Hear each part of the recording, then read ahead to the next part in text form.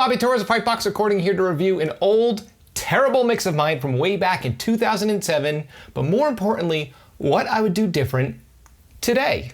Now, when you've been doing something for a long time, it's always interesting to go back and look at your old work. At this point, I've been recording and mixing bands for close to 16 years. Now, the production we're gonna dive into was recorded in 2007 when I was only 2 years into my recording and mixing career. And at this point, I had only been using a DAW for 1 year. My first year of mixing, I was using a multi-track hard disk system, which people rarely use anymore. I was using a Zoom 16-track recorder. After realizing that the Zoom was really limited, I graduated to a Yamaha D32 XD, which was a 32-track mixer, but you could only record 8 tracks at once. Finally, in 2006, I ended up with a simple Pro Tools rig, which I used for many years. And that rig was the exact same rig that this song was recorded with. Now, as far as this production goes, I did all of the recording at the same studio that I use today. And unfortunately, I did all the mixing as well. It's a pretty brutal, crazy technical death metal production, and I was in way over my head. So with that being said, let's dive in so I could point out all of the things I did wrong and what I would do differently today. Okay, so if we look here, we see 1, 2, 3, 4, 5, 6, 7 songs it looks like. Now back in the day, I would record multiple songs within one DAW session, Pro Tools session. And this is a technique that people still use even to this day. What's great about this is you don't have to mix every song from scratch within the project. Once you have your drums mixed, your guitars mixed, vocals mixed, bass mixed, pretty much your main tracks within your production, you really don't have to go through the work of mixing them all over again per song. And actually, there are some big name producers out there that actually utilize this same approach. Now, throughout the years, I've actually gotten away from this approach because I found that when I add layers in and automation, it ends up becoming a mess when you have multiple songs within one session. But way back in 2007, as you can see, I was a fan of this approach. Now, the next thing that's blatantly obvious to me is that this session is a complete disaster. Nothing is properly labeled, nothing is color-coded. I don't know where anything is here. Like static 2, what is that? My kick drum is after my snare drum and before my toms. Yeah, this is all over the place. And it looks like I was trigger happy with limiters here. Way too many limiters. Well, without any further ado, let's take a listen to what one of these tracks sounds like. I'm a little nervous, but let's check it out.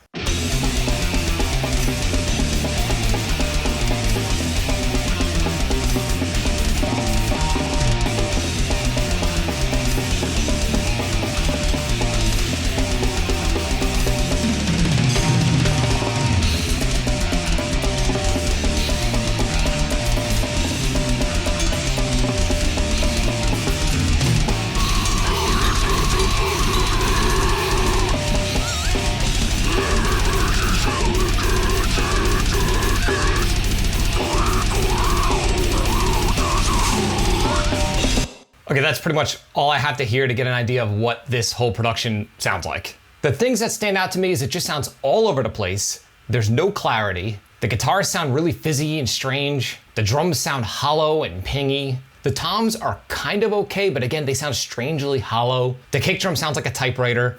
Not great. But I'm willing to cut myself a little bit of slack. I was only producing for 2 years at this point, and this is before my internship. It wasn't until my internship where I got to see how pro engineers actually worked in the real world, which made all the difference. I gotta say this, the one thing that surprises me looking back at this is that I knew enough to edit out the dead space on my tom tracks. I don't know where I learned this from at the time. I guess I just figured this out on my own at the time. YouTube was relatively new back in 2007, and there really weren't many tutorials, if any, on audio production on YouTube at the time. Now, another thing I want to point out is that there is no click track to be found within this entire production. And as you can hear, this is extremely technical, insane music. The more technical the music is that you're working on, the tighter the musicians have to be, and the much more detail-oriented you have to be as far as pre-production goes. All of which are non-existent within this session. So let's take a look at some of the processing, or should I say over-processing, that's happening on some of these tracks. Let's start with my kick drum here. Let's see what the kick sounds like in solo. If I can find it. Okay.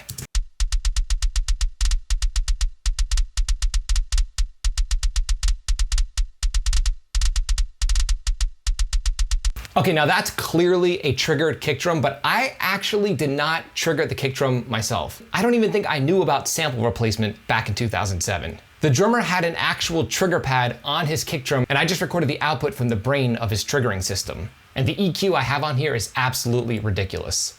I have an actual notch filter completely removing the lower mids. I'm not reducing the lower mids, no, I'm completely obliterating the lower mids. This is something you absolutely don't want to do. A lot of the perceived warmth within any source sound comes from your lower mids. Now, I'm not saying to not reduce lower mids, but don't get rid of lower mids. And that's exactly what I'm doing here. I'm completely removing my lower mids. And I'm rolling off all frequencies above 9K for some reason.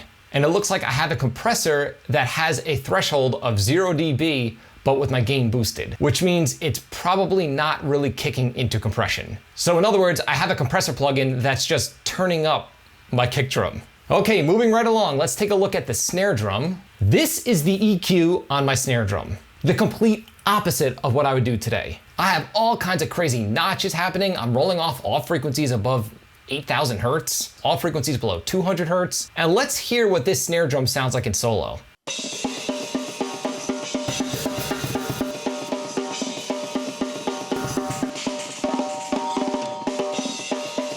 Now I can kind of understand after listening, there's a ton of bleed in the snare mic. So I think I was trying to eliminate some of that bleed with some of these extreme cuts and roll-offs. But if I were to do this from scratch, I would just make sure I was miking the snare properly in the first place. Okay, moving right along, let's look at one of these toms. Okay, so I'm using that same notch filter, completely removing my lower mids. And I'm really reducing the low end with a low pass filter, it looks like, and rolling off all frequencies above 17,000 hertz, I think. Yeah, this is just absolutely ridiculous. And let's see what's happening as far as overheads are concerned.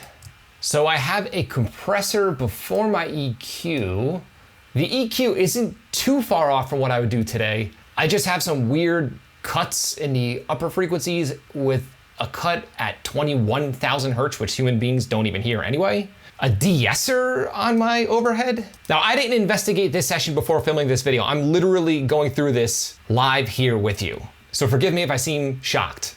That's right. I think I remember why I used to de-ess my cymbals. Like I've mentioned in previous videos, if you do not record your overheads properly, your hi-hat will destroy your cymbal sound, which in turn will destroy your drum sound, which in turn can destroy your mix in general. Back then, I thought my hi-hat problem had to do with cheap mics and a bad interface, but in reality, I just didn't know how to mic cymbals properly. And back then, I remember now using de-essers on my overheads to try and remove the hi-hat from the overheads, which really doesn't make any sense. And then I had a limiter. God knows why. These days, I barely compress my cymbals at all. I just make sure I record them right in the first place. Okay, well, with that being said, let's move on to my bass guitar. That's an interesting EQ here.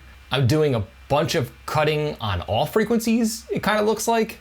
Got some compression and limiting. Okay, so the bass isn't that ridiculous, but still, some of these cuts make no sense. And let's move on to everyone's favorite topic, guitars. Now, I did not use a real amp back then. At this point in 2007, I had kind of given up on recording live amps because I was never able to achieve a great tone out of my cab. So I was just using the Line 6 XT, Pod XT, and the old Line 6 regular Pod Pro. They don't make either one anymore. Now I think I committed this in. I did not track DIs. So the terrible tone that I recorded was pretty much stuck the way it was. Let's take a listen to what these guitars sound like in solo.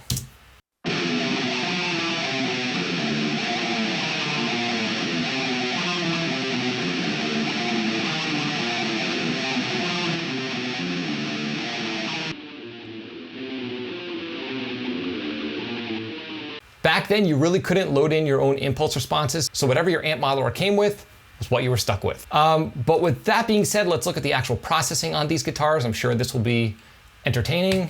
Yes, this is the EQ on my guitar back then. Much like with my bass guitar, I'm cutting all frequencies. That's the EQ on my main Pod XT on the left side. And I have something pretty much almost exactly the same on my Pod XT on the right side. And then that Pod Pro, yeah, very similar.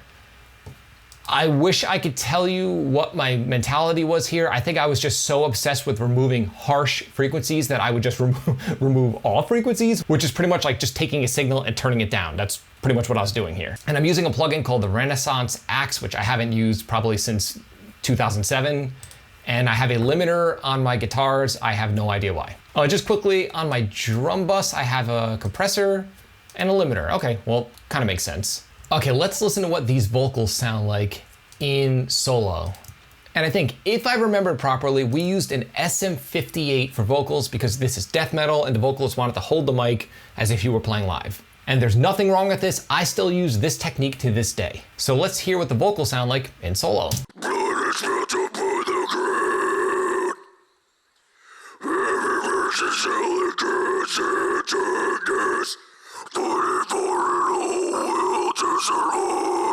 So I have some compression before my EQ, which is pretty normal. I still do that to this day where I'll compress before my EQ and then I compress again after my EQ and then DS and limit.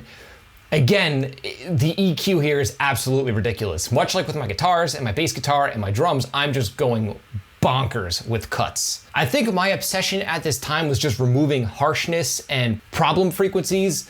But as you can see, I'm just lowering signals and hurting the original sound. That's all I'm really doing here.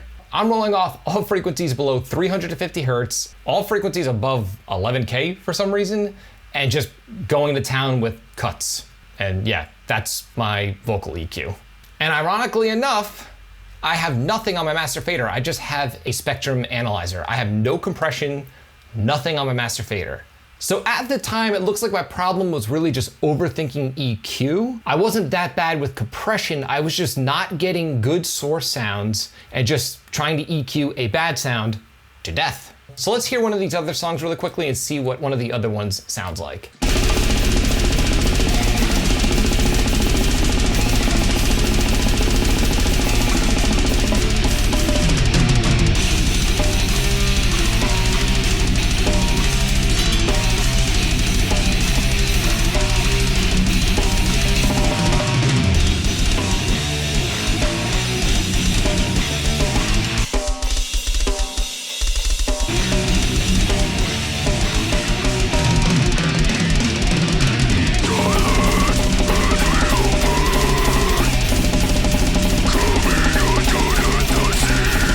Yeah, I mean, honestly, the music is pretty cool. It's crazy, brutal, technical death metal, but the mix and production is not great. Again, I was only doing this for 2 years completely on my own, and there was very little information on the internet back then. And most of the information was wrong. Just people in forums spouting their opinions, telling me to buy expensive gear. So all in all, here are the things I would do different.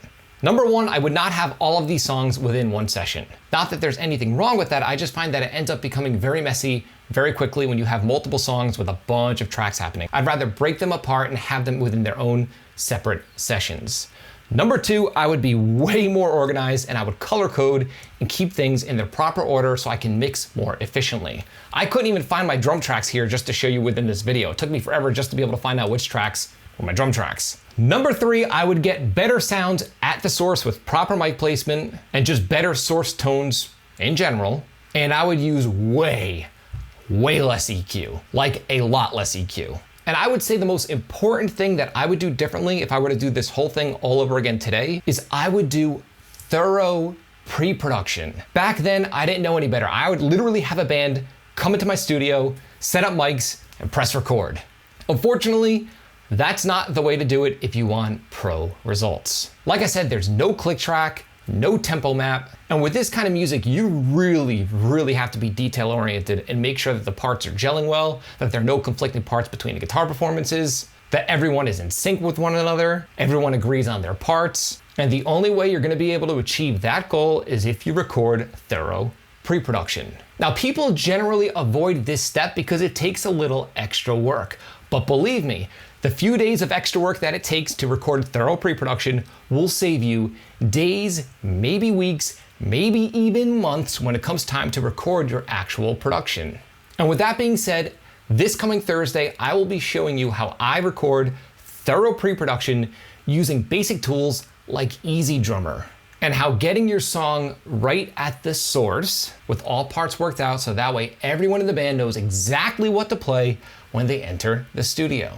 Easy drummer, a couple of amp sims, and a DAW is all you need, which you will find out this Thursday. So I'd love to know, what did you think of my death metal production from 2007? Do not be shy, you will not hurt my feelings. Let me know by leaving a comment in the comment section below. I'd love to hear your opinion.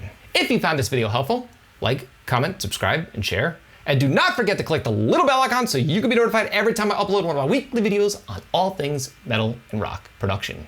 You can both like and follow me on Facebook and Instagram. Links are in the description below. Now, if you want to be able to achieve good guitar tone within your home studio, you could download my free Guitar Cab Impulse Response. There's a link below to the IR. Download it, load it into your favorite amp sim plugin, and get right to downloading killer metal guitar tone with absolute ease. There's a link below in this video's description. Till next time, happy mixing.